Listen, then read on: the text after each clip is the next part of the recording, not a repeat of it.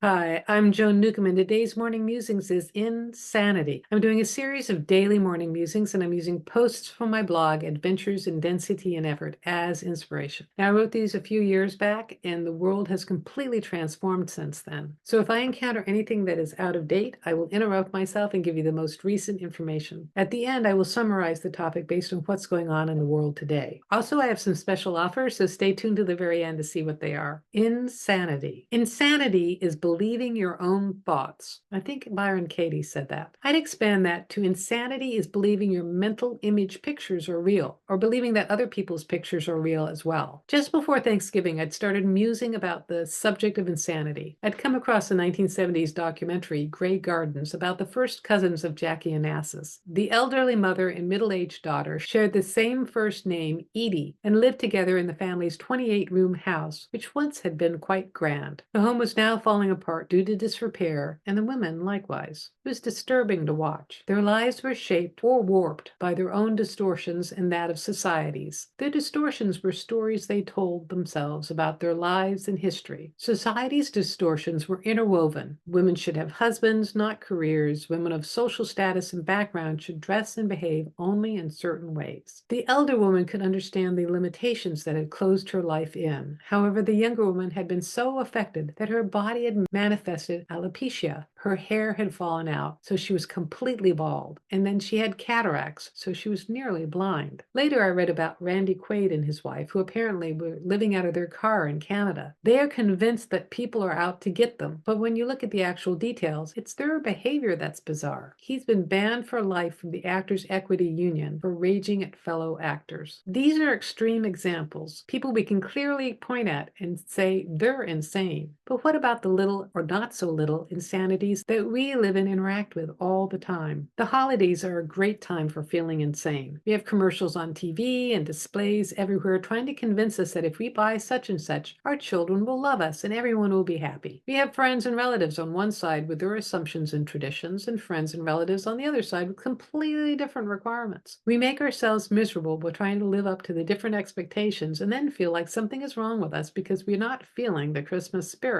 The only thing that is wrong is thinking that something is wrong with us. It's hard to recognize the distortions when you're fully in the midst of them, when you're wearing them as glasses to see the world through or accepting what seems to be projected at you. When you can step away from the craziness, you can start to see how crazy it is. When you give yourself a moment to be still, take a deep breath, and be in touch with your essence, inside you know that all is very, very well. Everything else is just noise. At your essence, we are light. You are infinite. You are awareness. In touch with the essence of you, you can be amused by the drama in the storyline. If someone is mad at you because you aren't meeting their expectations, you can feel compassionate towards them because they're sharing their own pain. From essence, it becomes clear what decisions to make and what actions to take. Instead of doing something because what would the neighbors think, you'll do something because it feels good to do it. You do things because it gives you joy. It's an entirely different way to measure and act on life. What's really important? Time with friends and family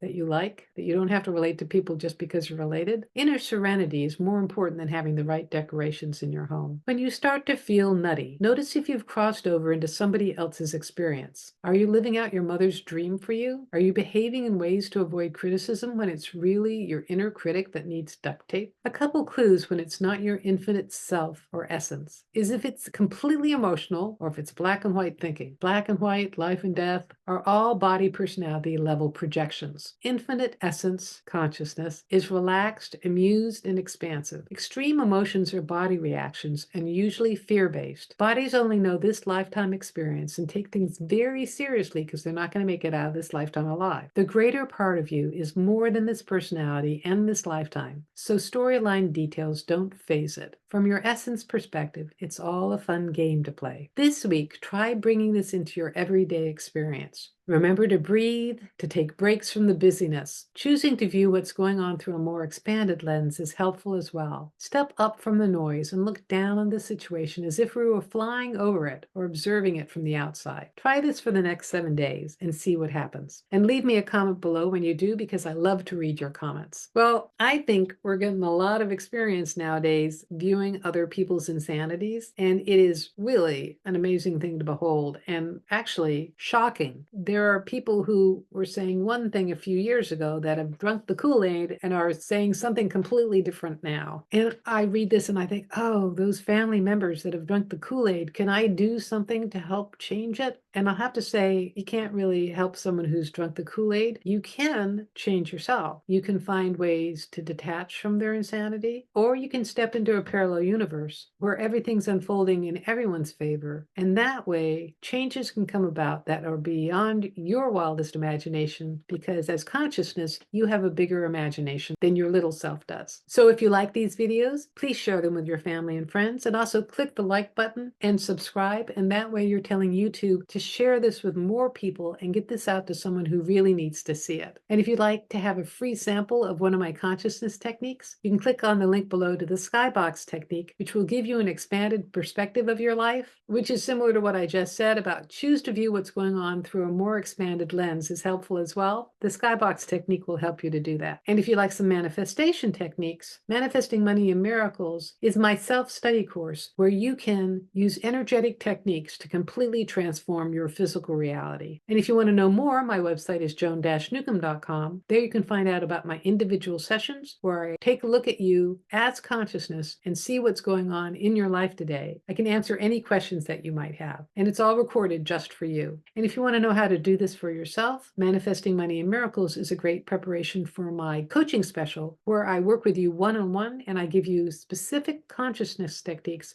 so that you can transform your life. So you can find out more at my website, joan-newcomb.com, and I'll see you tomorrow in another Morning Musings.